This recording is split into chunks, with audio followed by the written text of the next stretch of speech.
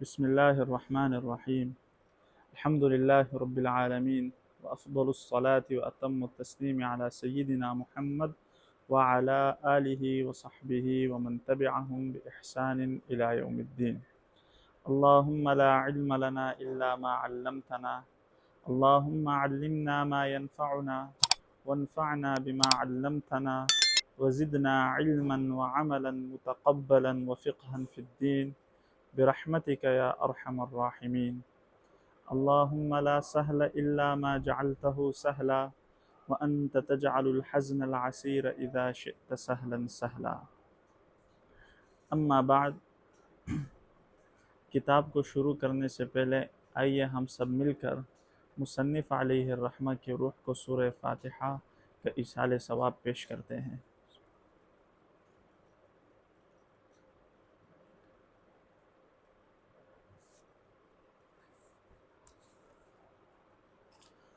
ہم چلتے ہیں اپنے دوسرے درس کی طرف۔ پہلے درس میں ہم لوگوں نے 5 وجوہات بیان کی، وہ وجوہات کہ مسلمانوں پر یعنی ہم پر کیوں واجب ہے کہ ہم آپ علیہ السلام کی سیرت کو پڑھیں، جس میں مصنف علیہ الرحمہ نے 5 وجوہات ذکر کی اور وہ میں نے آپ لوگوں کے سامنے پیش کی۔ اب ہم آتے ہیں اپنے دوسرے درس کی طرف، جس کا عنوان ہے حول محاسن صورتہ الشریفۃ صلی اللہ علیہ وسلم، یعنی آپ صلی اللہ علیہ وآلہ وسلم کی جو صورت مبارک ہے اس کے متعلق ہم گفتگو کرتے ہیں۔ آپ صلی اللہ علیہ وآلہ وسلم کا چہرہ مبارک کیسا تھا، آپ صلی اللہ علیہ وآلہ وسلم کا قد مبارک کتنا تھا، آپ صلی اللہ علیہ وآلہ وسلم چلتے کس طرح تھے۔ آئیے آج ہم ان سب کے متعلق گفتگو کرتے ہیں۔ مصنف علیہ الرحمہ نے فرمایا، اعلم ان اللہ تعالی خلق سیدنا محمد صلی اللہ علیہ وسلم فی اجمل صورت بشریہ واکمل خلقت آدمیہ، فهو صلی اللہ علیہ وسلم مجمع المحاسن المبدعات والفضائل والکمالات الخلقیہ والخلقیہ۔ کہتے ہیں کہ اللہ رب العزت نے حضور صلی اللہ علیہ وآلہ وسلم کو ایک خوبصورت سا ایک ایسا جمال عطا کیا تھا کہ آپ صلی اللہ علیہ وآلہ وسلم ہر چیز کے اندر وہ بے نیاز تھے، اتنے خوبصورت تھے کہ آگے جا کے فرمایا کہ لم یر لہ مثیل سابق ولا نظیر لاحق، کہ آپ صلی اللہ علیہ وآلہ وسلم کے مثل نہ ہی کوئی پہلے گزرا اور نہ ہی کوئی بعد میں آنے والا ہے۔ آپ صلی اللہ علیہ وآلہ وسلم کو اللہ رب العزت نے بہت ساری چیزوں سے نوازا تھا، چاہیے وہ سیرت خلقی ہو یا خلقی ہو، یعنی ظاہری اور باطنی دونوں چیزوں سے اللہ رب العزت نے نوازا تھا۔ اب ہم حدیث شریف کی طرف آتے ہیں۔ قال البراء بن عازب رضی اللہ تعالی عنہ، سیدنا براء بن عازب رضی اللہ تعالی عنہ کہتے ہیں، کان النبی صلی اللہ علیہ وسلم احسن الناس وجہا واحسنهم خلقا لیس بالطویل البائن ولا بالقصیر، کہ آپ صلی اللہ علیہ وآلہ وسلم کا چہرہ مبارک لوگوں میں سے سب سے زیادہ حسین والا چہرہ تھا، وَأَحْسَنُهُمْ خُلُقًا، اور آپ صلی اللہ علیہ وآلہ وسلم کے جو اخلاق تھے وہ بہت ہی زیادہ خوبصورت تھے، لَيْسَ بِالطَّوِيلِ الْبَائِنِ وَلَا بِالْقَصِيرِ، آپ صلی اللہ علیہ وآلہ وسلم نہ ہی بہت زیادہ لمبے تھے اور نہ ہی آپ صلی اللہ علیہ وآلہ وسلم کا قد مبارک جو تھا وہ بہت زیادہ چھوٹا تھا، بلکہ دوسری روایت میں آیا ہے ربعۃ من القوم، یعنی درمیانہ تھے۔ لیکن یہاں پر یہ بات یاد رکھیے کہ آپ صلی اللہ علیہ وآلہ وسلم کو اللہ رب العزت نے بہت سارے معجزات عطا کیے، ان معجزات میں سے ایک معجزہ یہ بھی تھا کہ جب حضور علیہ السلام کسی کے ساتھ چلتے تھے، یعنی آپ صلی اللہ علیہ وآلہ وسلم کے برابر میں اگر کوئی شخص چلے تو آپ صلی اللہ علیہ وآلہ وسلم اس سے طویل نظر آتے تھے، یعنی لمبے نظر آتے تھے، یوں محسوس نہیں ہوتا تھا۔ یہ اللہ رب العزت نے کافی سارے معجزات میں سے ایک معجزہ یہ بھی عطا کیا تھا۔ اب آگے جا کے سیدنا براء بن عازب کہتے ہیں، کان النبی صلی اللہ علیہ وآلہ وسلم مربوعا،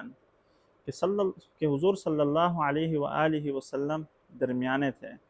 بعید ما بین المنکبین لہ شعر یبلغ شحمت اذنین، کہ آپ صلی اللہ علیہ وآلہ وسلم بعید ما بین المنکبین تھے، اور جو آپ صلی اللہ علیہ وآلہ وسلم کے جو بال مبارک تھے وہ کانوں کی اس لو تک پہنچتے تھے۔ رأیتہ فی حلۃ حمراء، کہتے ہیں کہ میں نے آپ صلی اللہ علیہ وآلہ وسلم کو جبے میں دیکھا، لم ار شیئا قط احسن منہ، کہ میں نے آپ صلی اللہ علیہ وآلہ وسلم کو دیکھنے کے بعد آپ جیسا حسین کسی کو نہیں دیکھا۔ اب آگے جا کر سیدنا علی رضی اللہ تعالی عنہ روایت کرتے ہیں، کہتے ہیں کہ حضور علیہ السلام کے بارے میں وصف بیان کرتے ہیں، کان رسول اللہ صلی اللہ علیہ وسلم لیس بالقصیر ولا بالطویل، کہ آپ صلی اللہ علیہ وسلم نہ ہی بہت زیادہ چھوٹے قد کے تھے اور نہ ہی طویل تھے یعنی لمبے تھے، ضخم الرأس، نہ ہی آپ صلی اللہ علیہ وآلہ وسلم کا جو سر مبارک تھا وہ بڑا تھا، بلکہ سر مبارک آپ صلی اللہ علیہ وآلہ وسلم کا جسم مبارک ایسا تھا کہ ہر چیز جو تھی وہ بالکل مناسب تھی۔ شثن الکفین والقدمین، یعنی آپ صلی اللہ علیہ وآلہ وسلم کی جو یہ ہتھیلیاں مبارک تھی یہ کیسی تھی؟ اس میں گوشت تھا، نہ کہ بہت زیادہ سکڑا، نہ ہی بہت زیادہ گوشت تھا، جیسے کہ بعض لوگوں کو اگر دیکھا جائے تو بہت زیادہ کمزور ہوتے ہیں، اگر ان کے ہاتھوں کو دیکھا جائے تو انسان کو بڑا عجیب سا لگتا ہے، لیکن آپ صلی اللہ علیہ وآلہ وسلم اس طرح بالکل نہیں تھے۔ پھر آگے جا کے فرمایا وَلَمْ يَكُنْ بِالْمُطَهَّمِ وَلَا بِالْمُكَلْثَمِ، کہ آپ صلی اللہ علیہ وآلہ وسلم کا جو جسم مبارک تھا وہ بالکل درمیانہ تھا، نہ کہ بہت زیادہ جسم بہت زیادہ بھاری تھا، اور بالکل جو پیٹ مبارک آپ صلی اللہ علیہ وآلہ وسلم کا تو بالکل برابر تھا۔ وَكَانَ فِي وَجْهِ وَلَا بِالْمُكَلْثَمِ وَكَانَ فِي وَجْهِهِ تَدْوِيرٌ، کہ آپ صلی اللہ علیہ وآلہ وسلم کے چہرے مبارک میں تدویر یعنی ایک ہلکا سا دائرہ جیسے تھا۔ ابیض مشرب بحمرہ، آپ صلی اللہ علیہ وآلہ وسلم کا چہرہ بہت ہی زیادہ خوبصورت تھا۔ ادعج العینین اہدب الاشفار جلیل المشاش والکتد، آپ صلی اللہ علیہ وآلہ وسلم کی جو آنکھیں تھی بہت زیادہ کالی تھی، آپ صلی اللہ علیہ وآلہ وسلم کی جو یہ کوہنیاں تھی یہ بہت زیادہ قوت والی تھی۔ شثن الکفین والقدمین اذا مشى تقلع كأنما ينحط من صبب، کہ آپ صلی اللہ علیہ وآلہ وسلم کا چلنے کا انداز ایسا تھا کہ بالکل قوت کے ساتھ چلتے تھے۔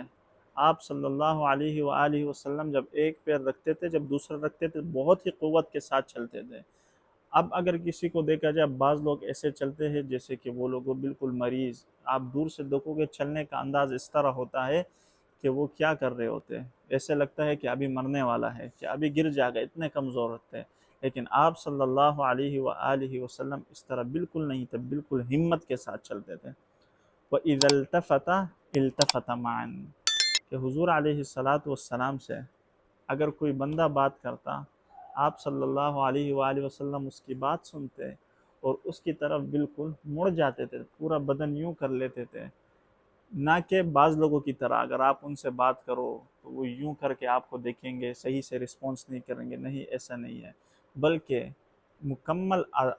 آدابوں میں سے جو ایک بہترین ادب ہے وہ یہ ہے کہ جب انسان کسی انسان سے بات کرے تو وہ بالکل متوجہ ہو جائے اس کی طرف اور پورا گھوم جائے۔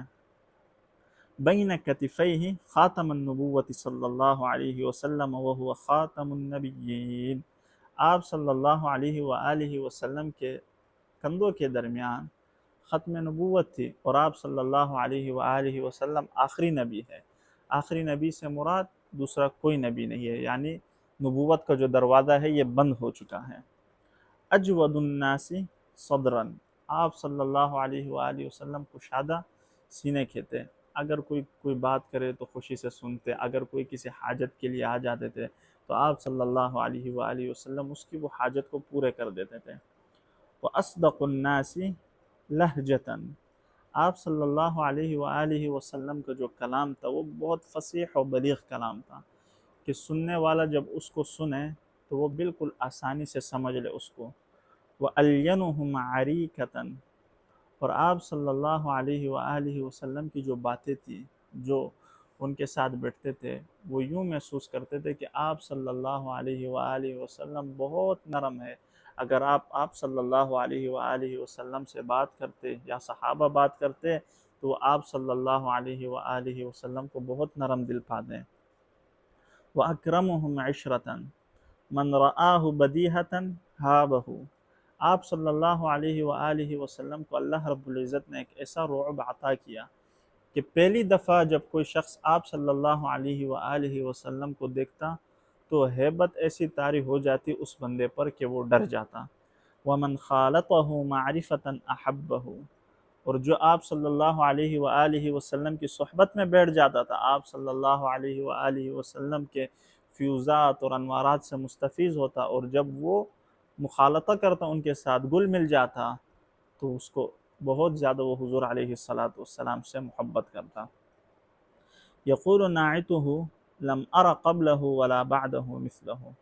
کہتے ہیں کہ جو یہاں پر وصف بیان کر رہے ہیں، وصف بیان کرنے والے نے یہ کہا کہ میں نے آپ صلی اللہ علیہ وآلہ وسلم جیسا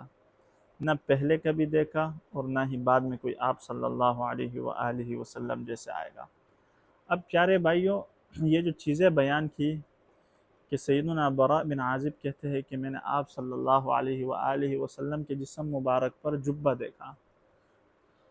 خصوصاً آپ صلی اللہ علیہ وآلہ وسلم کی جو صورت مبارک تھی، اور ہم جب آپ کی سیرت کو پڑھتے ہیں ہم پاتے تھے کہ ہم نے پایا اس چیز کو کہ حضور صلی اللہ علیہ وآلہ وسلم ان چیزوں کا بہت اہتمام کرتے تھے۔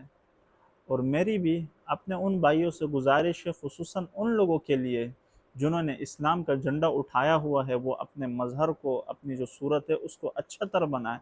کیوں نہ ہم جب حضور علیہ السلام کی سیرت کو پڑھتے ہیں، ہم جب آپ صلی اللہ علیہ وآلہ وسلم کے شمائل کو پڑھتے ہیں، ہم اس کا پریکٹیکل اپنی زندگی میں کیوں نہیں کرتے؟ اب